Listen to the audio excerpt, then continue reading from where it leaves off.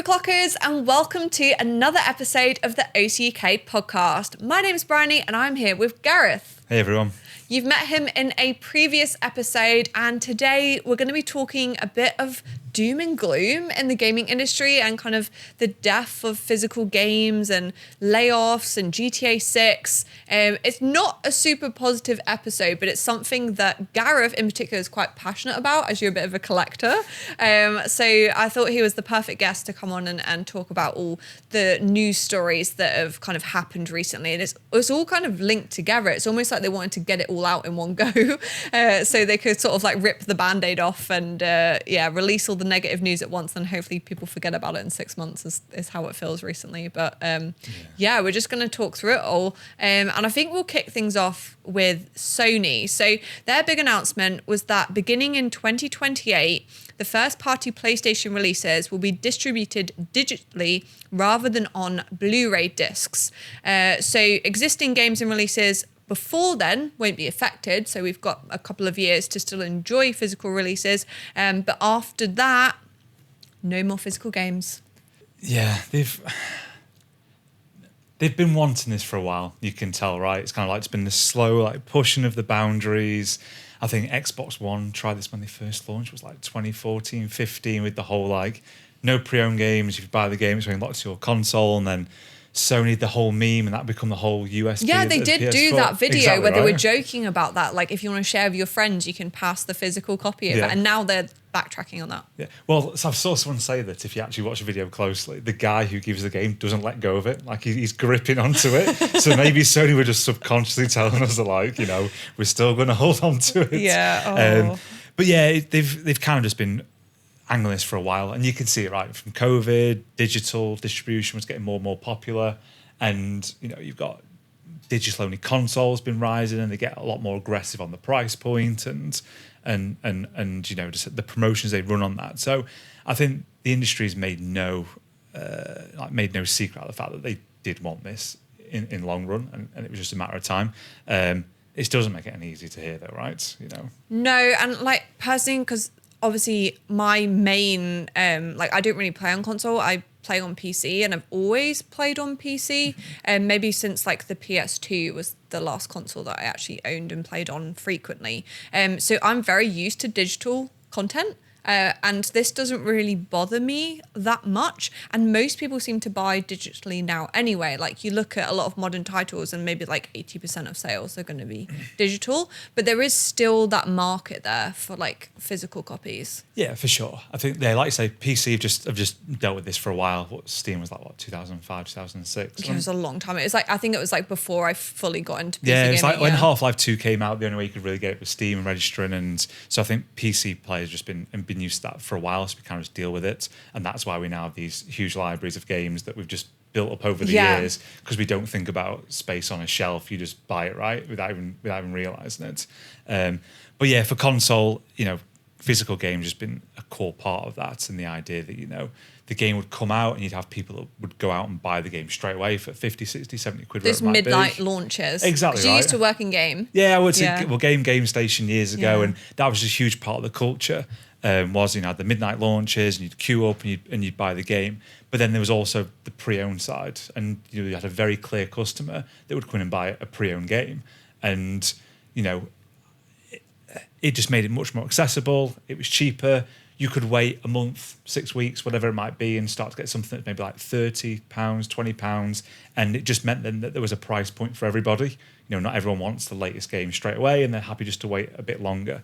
And you know, when you take that physical part away of it, then what's your only option is the digital storefront, where the one place you can buy it is the one place that controls the price. So actually, is there much of an incentive to sell a game for £10 when it was previously £70 at that point? Yeah, it sort of lets the game developers control the pricing, I think. So like the pre-owned market, obviously games will get cheaper over time, but if the only option is to buy it from a digital store at like 70 or 80 pounds, and those digital stores are controlling the pricing or have more control over the pricing because you can't share games, maybe they are just going to be more expensive in general, and there's going to be less choice for people. Yeah, exactly. And the digital version of the game is never cheaper, right? You know, right now when you have the physical and the digital version comes out, they both come at the same price. It's not even they're trying to incentivize people to buy digital. Yeah. It's purely based out of convenience.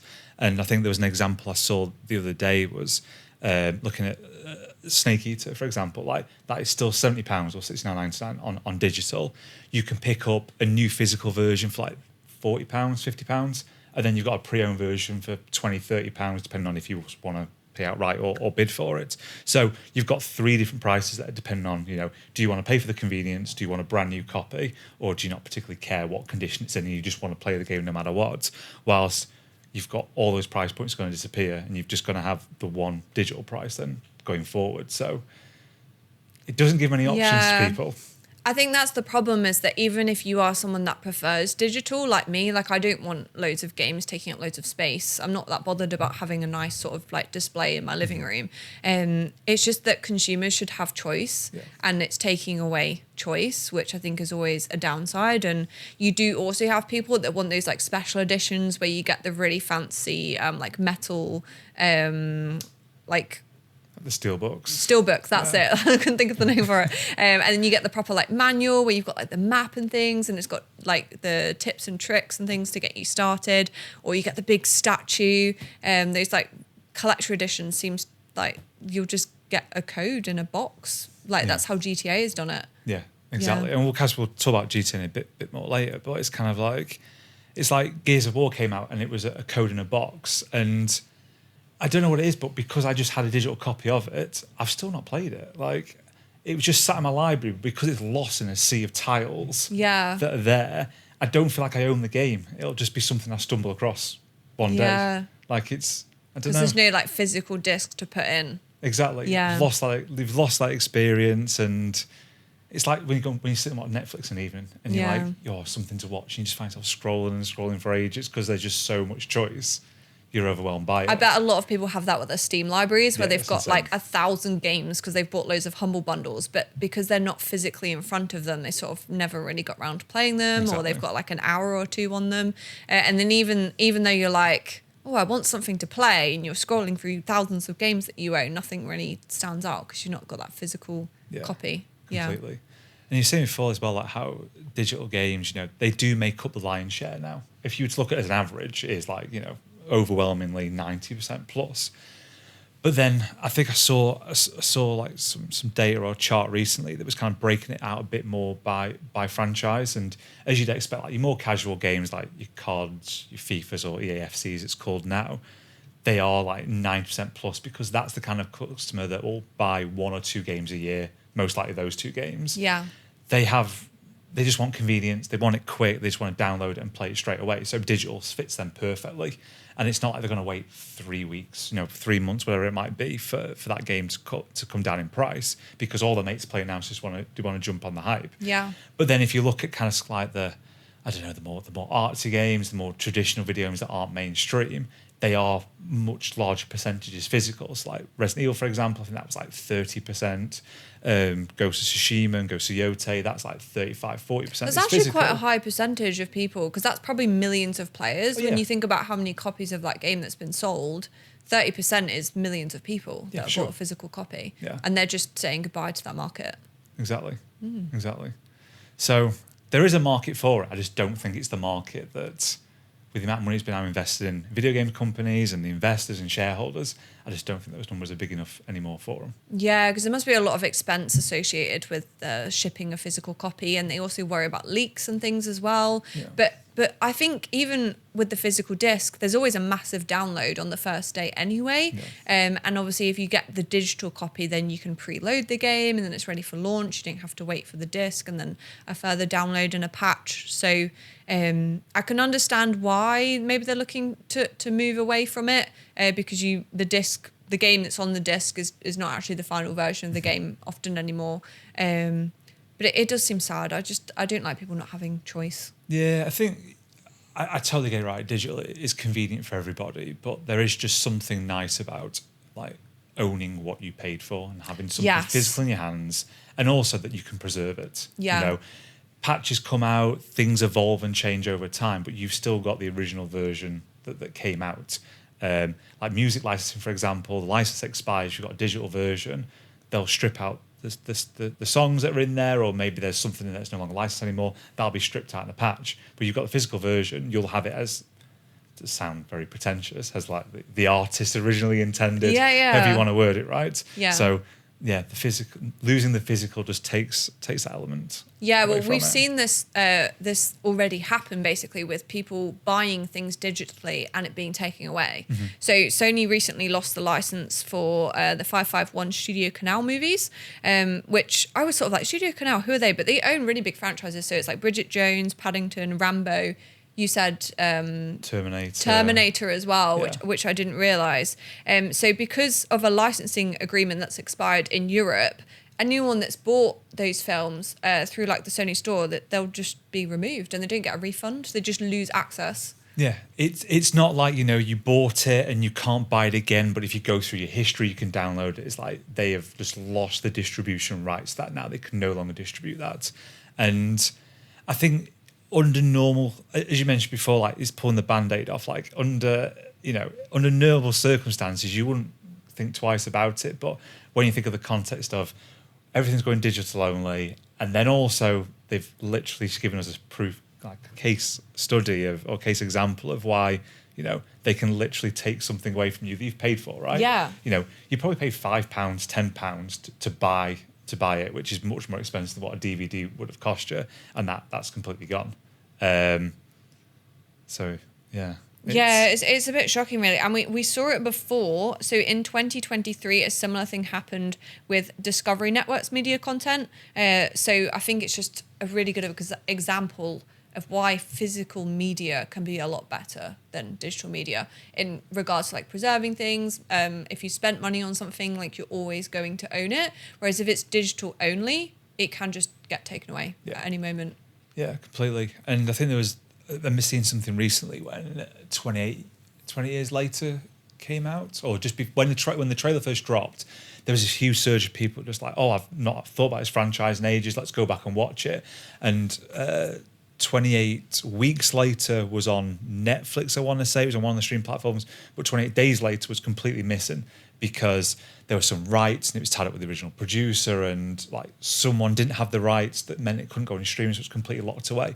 And the price of the DVD of that game was like £30 plus. Like you could literally pick up in a charity shop for like £2-3. Yeah. But it was on eBay for £30 because there was no way to see that film apart from, well, obviously there are less legal methods, but if you wanted the closest to legit version was getting the DVD. So the scalpers were out in full force, and it skyrockets in price. So there's real world examples happening now of when you take away that physical media, and then you've also then got the power in the hands of the digital rights owners and what they want and what they choose to do with their product digitally.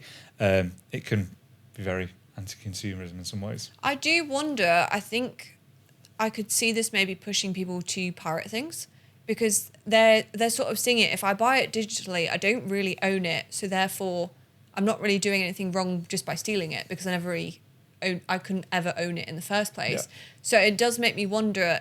It seems that because of Spotify, you can stream music. It costs £10 a month. It's way less risky than trying to download that like MP3 off some weird website. So a lot of people seem to, with the Netflix and Spotify and things, people moved away from piracy for quite a long time. You're not burning that CD anymore. So I wonder if this change is almost going to push people to go back to like sailing the seven seas, I suppose. Yeah, it's going to be very interesting because, like you say, Spotify, Netflix, you had like a wealth of content like at your fingertips for a relatively low price, £10-15 a month, and it made things so much easier than browsing whatever dodgy website you had to get to and whatever you're going to infect your PC with to get there. Like choice is getting more and more limited. I think you've got to have some like 4 or 5 subscriptions now to get everything you want.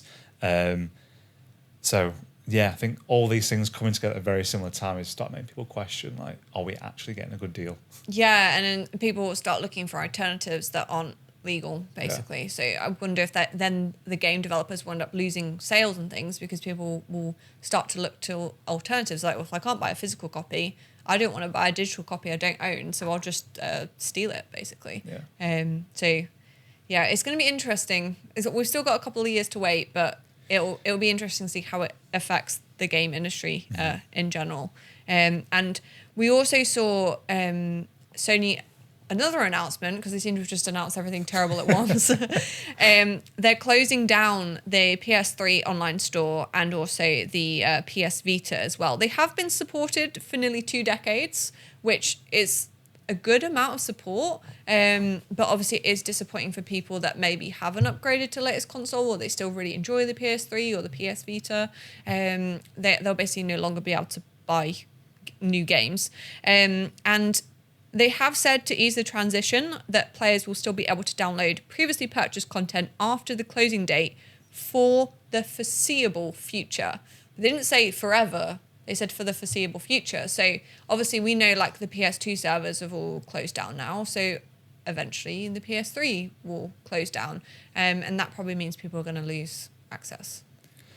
Yeah, I mean, you'd be pretty naive to think this wasn't going to happen. Yeah. I think 360 did it recently and I had to go through and just download loads of stuff onto my hard drives, get it all backed up and stuff. But yeah, I kind of accept the fact that there's going to be a time when you just can't download that anymore. I think it's nice that backwards compatibility has just become more of it's just a thing now, as opposed to it being, say, like when you went like PS1, PS2, PS3 in that period, like backwards compatibility was very, very janky.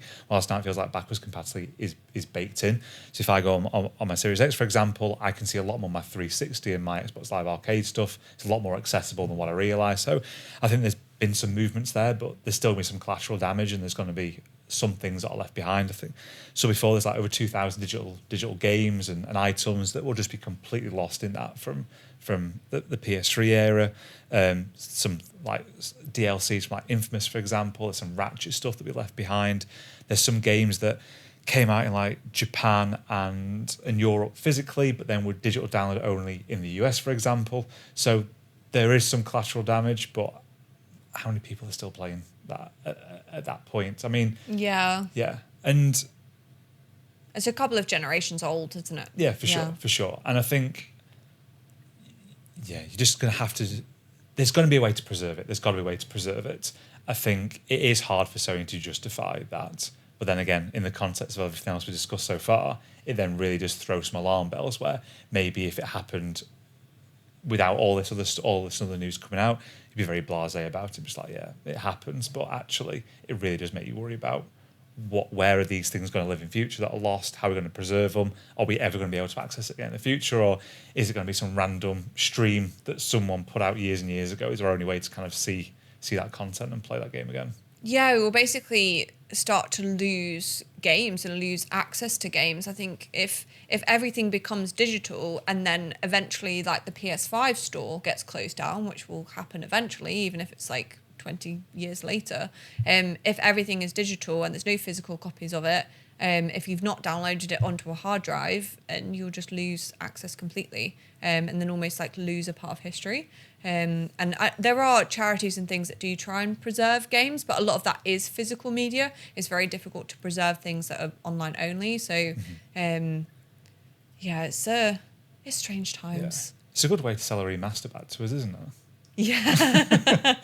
It is actually. But no, there's some good sites out there that try their best. Like Limited Run Games, for example. I've been buying their games on and off for a while, and I think they've had maybe a bit of a dodgy rep in the past, but I've never had a bad experience shopping with them. Do they do physical copies? Yeah, so what they'll do is they'll work with publishers that did like a digital-only version of something, and then they'll essentially do the physical publishing for that. So I think after shipping and tax and everything, and a game ends up being like $50, $40, so like, what's that, like £30, £35. So it's not a ridiculous amount of money. And they publish some pretty good games. You've got like Beyond Good and Evil there, for example. All the Tomb Raider remasters that were done, the old classics, those are all on disc. So they do get some pretty good IPs. Hi-Fi Rush, with Tango going a while ago. They've now got a physical version of that, for example. So I think they are doing something good for the industry, and it's, preserving those games, it's at a fairly reasonable price. So there is a way to do it, but obviously that's an opt-in, depending on if the publisher wants to do that, rather than it just being taken for granted. So I think there are options out there, they're just not enough.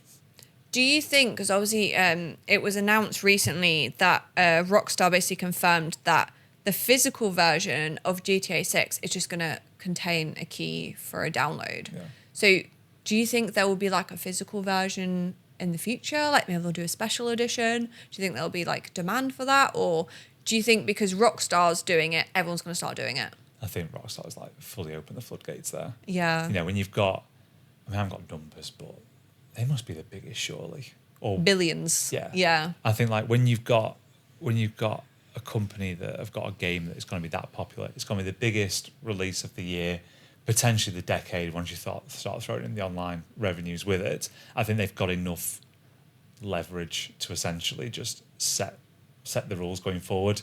I think Nintendo have been pushing that price point for a while and trying to make things digital only, and now Rockstar have come in. You've essentially got two heavyweights that are just saying, we're doing this. Yeah. It kind of gives everyone now a nice excuse to And that's to roll coming that out going forward. Yeah, it's coming out this year as well. So that's like the first sort of like massive game that you would really expect for them to do some like physical special editions or like something for collectors. And they've just said the version that's come out on launch is just going to be a game code in a box. I can sort of understand it because they probably really don't want the game to be leaked, or they don't want any of like, well, I suppose the packaging can still get leaked, but with the disc and things, and maybe it's a massive game that would be quite difficult to fit onto a Blu-ray. So they probably have their reasons, but I think the main motivation is probably money. Yeah. They've got a game that everybody wants, and I can't think of, even me, like I can be like on my high horse sometimes, but not even I would go, I'm not going to play this game until I can confirm there's an actual disc copy of it. I'm just going to get the digital version. Yeah. And if they do a physical one, then fair enough, they've got me, and I'm just going to buy another copy then afterwards. But they can do what they want. Basically, yeah. Yeah. Yeah. Shame by the pricing. What do you think of the new price point? I mean, I don't buy many games new. So I agree with that. I wait for a sale. Yeah, I don't buy many games new. So in my head, I justify it of it will be the one brand new on launch game that I buy this year. So hey, let's just go for it. But if I was buying games regular with the release schedule, there's no way I could afford this. Like if every game was demanding, what was it, £70? It's 80, I think. Yeah. So if every game I wanted to buy was 70 or 80, I'd be like carefully choosing what games I buy going forward. And in the past, you would say, we'd just go AAA only, because you always knew that AAA was quality, but actually you can't even guarantee that AAA is going to be good quality anymore with what releases have been like recently. So I think it's going to be interesting to see how the market reacts to that. And, are people going to buy more games, less games, or how do the sales then work on digital storefronts if people do start to spend less? It's going to be very interesting to see where that goes going forward. I think the main thing with this is that there's basically, you can't really resell it because it's a code that will be tied to your account. You can't really lend it to anyone. So therefore, they're probably thinking we can sell more copies that way, because there's no, you can't trade it in and then someone else can buy the same copy. They have to buy like their own copy. So I can see why they've done it from like a sales perspective. And it just sort of like sets this precedent that I think is a bit of a turning point for the industry, where maybe more developers will be like, well, why don't we tie our games to people's accounts and then they can't share it? So I think Steam does it in a nice way where you can share your library with friends. Obviously you can't play at the same time unless you're like playing co-op, but it is a nice way of having something that's tied to a digital account but still being able to share it. And I'm hoping like they'll do the same thing with consoles, but yeah, we'll just have to wait and see. Yeah, just have to see what happens. I think as well, like when you've got a price point of that now in a game, like $80, $100 for the Ultimate Edition, at the same time that it's been announced that consoles are going up in price again, it's like you're pushing like $1,000, pushing nearly £800. If you don't have a console and you're like, I want to buy GTA, I've been waiting for GTA to buy a console to get this, that's a lot just to play one game. Yeah. And I think it opens the doors then to predatory tactics that I've started to see, like on my social feeds, for example, companies coming up saying rent a console. So you rent a console for 25, 30, 40 pounds a month. Oh, I don't like that. It's yeah, like the, it's just, it adds a whole new level of like, Yeah. what do you actually own at that point? Yeah. And I know friends that are just going to be completely priced out of this game now because they already were going to buy the game. They don't already have modern hardware. And as well, they would have bought the game when it comes down in price, which we don't know if it's going to, if it's digital only. So, yeah. Yeah.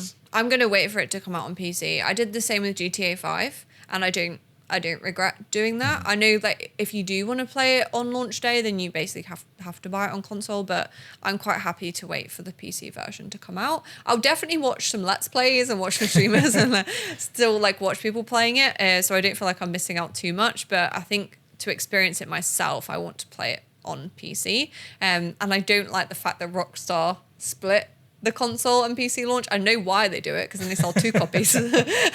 But yeah, I think I'll just wait for the PC launch. Yeah, they know what they're doing completely. Yeah. It's yeah. I think it's interesting to see like how Rockstar will handle things digitally in the future too, because they've got a track record of just delisting their games. Like when the definitive edition came out, they completely delisted the original GTA 3, Vice City, San Andreas. They sent the DMCA takedown requests out to anyone who had like mods on the original games. So the only way you can play on PC now, if you don't already own them, is the definitive edition. And like those can be, they were Yeah, it was pretty a bit janky. It was janky. Yeah, exactly. So it's going to be very interesting to see like how this happens in the future. Because they don't have a good relationship with digital only at the moment. If you're kind of like me and you want to own something and preserve how it originally was, you know, those original games just don't really exist anymore. And even then, like music license expires. Like Vice City, for example, was like famous for its soundtrack. They always have great soundtracks in GTA. Yeah, absolutely slaps. But like you've got like Michael Jackson's missing, Ozzy Osbourne's missing, just because they did not renew those music licenses. So unless you've got the original physical copies, which had the original like soundtrack and radios on there, you're getting a very different experience now to what you would have got if you had the games from years ago. Yeah, it's a good point actually. You lose the original version, and if it's online only, they could patch at any time and change the music, change the content, update it, and then the original version that you really liked, there's no option. You can't go back to it. So yeah, that is a good point actually, and quite frustrating. And you see it with like the car games as well, when they lose the licenses, like you can't play the game, or well, you can play it but you can't buy it anymore. You have to go and find a physical copy, but if it's only digital, there'll be no physical copies to find. Yeah. So it's quite scary. So very excited for GTA 6. Not happy about the price point. Yeah. Not happy there's no physical. Yeah. But I'm going to buy it anyway. I think that's probably most people, is that they'll be really angry about it but still buy it because they know it's going to be awesome. Yeah. So I think we should move on now to what Microsoft's doing. What are they doing? They've announced job cuts very recently. So 2.1% of their workforce, which is 4,800 jobs. A large number of them are the Xbox team that they've laid off. They've said a lot of it is to get rid of like middle management, and there was certain things that were going through like 14 layers of management essentially, which does sound insane. But sometimes when a company is so big, that's just how it works. But it's interesting to see that they have axed a lot of the Xbox team, and it makes you think about kind of the future of Xbox and what they're going to do with like the next console and things.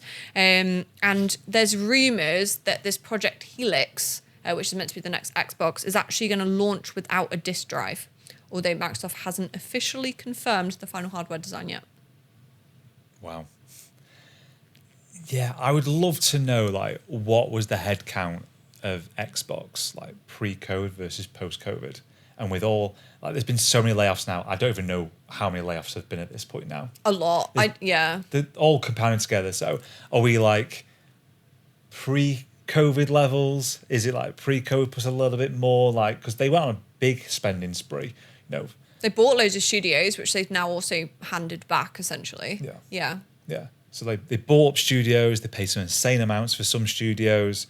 They went on hiring so many people, because I imagine someone saw some numbers on a spreadsheet and said, this growth is just going to be upwards forever. And they just thought they could keep going and going and going and things weren't going to come down. So, yeah, it'd be very interesting to see like what the numbers like. Not that justifies any reduction whatsoever, because they should have just made some more wiser decisions hiring people rather than just messing people's lives around like this. Yeah. And also, why can't they just get some people from like, just sack some people from office or the Teams department? Yeah. Why are they going after Xbox? Why the gamers? Yeah. But yeah, so what's your thoughts on like Project Helix and it not having a disk drive? I think I might be out of console game at that point. Yeah. Yeah, I barely play my Series X. Because you Xbox, not PlayStation? Yeah. So I used to be PlayStation, and then for whatever reason I flipped over. I bought 360 when I was a student. Oh, 360 was and great. like I was just locked into that system. And then they got me by the whole achievements and gamer score, and I just stick with Xbox ever since then. But I got a Series X. I barely play it. When I do play it, it's usually just a backwards compatibility and just play older games. Actually, you're using it for like 360 games anyway, yeah, so exactly. you need the disk drive. Yeah, totally. So I think if new console doesn't come with a disk drive, I just won't particularly care for it, because I barely care for the one that I've got now.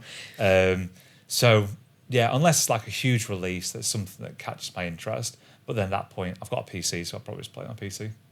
Yeah. They do have a solution to it, which once again is rumored. So it's called Xbox Positron, and they're going to be doing a disc to digital program. So if you own an eligible physical Xbox game, you can convert them into a digital license that's tied to your Microsoft account. So installing an Xbox game from the disc will attach it to your account and give you full digital entitlements on your Microsoft account. You'll be able to access it via Xbox Cloud Gaming and play anywhere if you've got an Xbox Ally X, for example, because they have this like Xbox Play Anywhere thing now, don't they, where everything is an Xbox. And you will reportedly only lose your digital entitlement on a game if you sell the disc or give it away. So it sounds like even though you're tying it to your digital account, you can still sell it or give it away, which I think is actually quite an interesting way of doing it. And this is rumored right now, but it would be quite exciting if it happens, I think. Yeah, I think it definitely solves like some of the concerns that we've kind of spoken about already. But the thing that would just be in the back of my mind is that what happens if, decades in the future this service gets sunset? What happens to the disc then? Like, do I need to activate it to a server that no longer tied to exists? an account. Yeah, exactly. Yeah. Like, can I not play the game anymore because it's trying to authenticate with a server that might not exist anymore? What if I'm offline? What if, do you know what I mean? That's scary, actually. Yeah, that would somehow like render the physical copy useless if it can no longer contact an account. So I think if you consider that what Sony are going for is like, that's just the future, I think this is a better future, but it's still not great when you consider everything else. Yeah. Just have a disk drive. It's the solution. Basically. Yeah. It's like they've brought out, you can get a disk drive for the PS5 digital, so that's like an add-on you can get. Yeah. But the thing is, to use the disk drive, you've got to activate it online. So what if you bought the disk drive because you don't have access to the internet?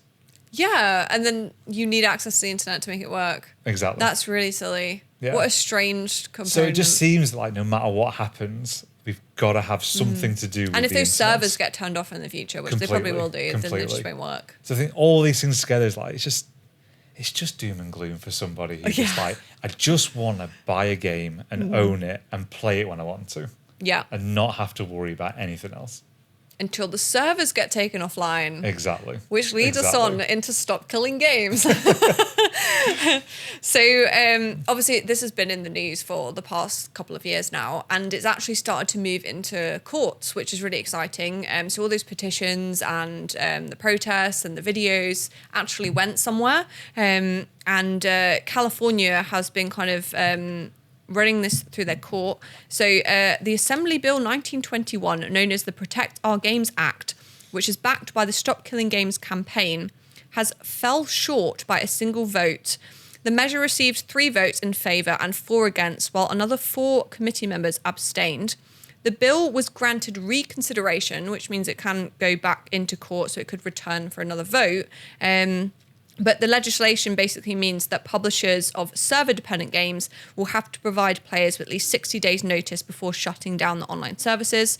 And then they'll have to release like a playable offline version, so patch it in some way that you can still play the game offline, or allow for continued play on like a community-hosted server, or give you a refund. So they definitely won't want to give you a refund. So it's either patch it or allow community servers, basically. One of the dramatic things that came out during the hearing is that the ESA vice president basically said, so this is Jennifer Gibbons, she said that private and community servers are illegal and constitute piracy. She claimed that such servers are not affiliated with publishers and do not maintain the same trust and safety standards as official services. So obviously, that's wrong.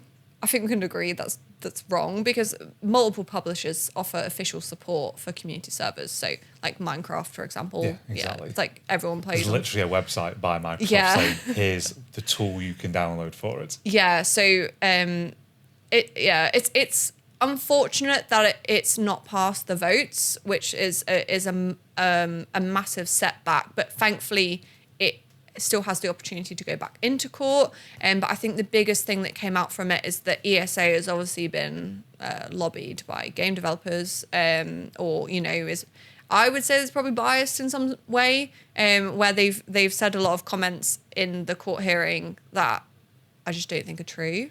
Yeah, the ESA is, in the pockets of the developers and the publishers. So at the end of the day, they're going to protect who's paying them, right? Yeah. So they're going to say whatever needs to be said to go through the court. And as I said, they're willing to. I don't know if it's lying. I just don't think they know what they're talking about. Yeah, that's what I hope. I hope they're not lying. I think you've just got somebody who's like wants to defend something as aggressively as possible and doesn't know what they're talking about, and he's just going to spout as much rubbish as possible to get to please the people who are paying them, right?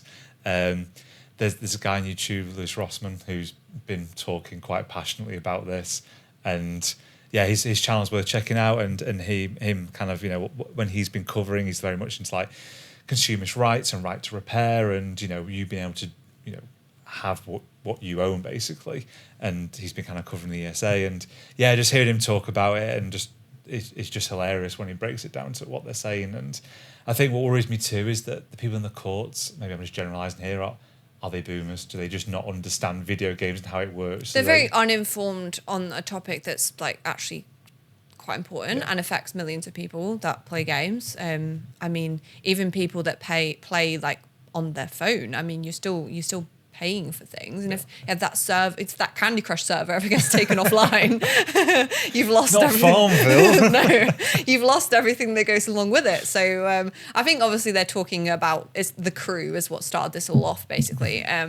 But it affects millions of people, and it's a like billion-dollar industry as well. So it's disappointing to see that a lot of the information was very uninformed, or like not very factual at all, and it didn't really get the point across that gamers are pushing for this, and I don't think they're being greedy about it. I don't think it's unreasonable to expect that something that you've paid for, you can still play it, and that it should be patched. It obviously is going to cost the game developers money to patch an older game and give support for a community server, or patch it so that you can play it offline. But I think if they just plan that in with the development of the game, it should be. It seems like a reasonable request. Yeah, when I saw a clip of Jennifer from the ESA talking, I think there's one thing that she's emphasising is the whole like refund, and how it's ridiculous that someone can ask for a refund when they've owned a game for 20 years. Like, I don't think people would want a refund for a game they've been playing for 20 years, because if they've been playing for 20 years, they like the game. So just make it so it doesn't have to check a server. Yeah, like, surely it doesn't take that much effort.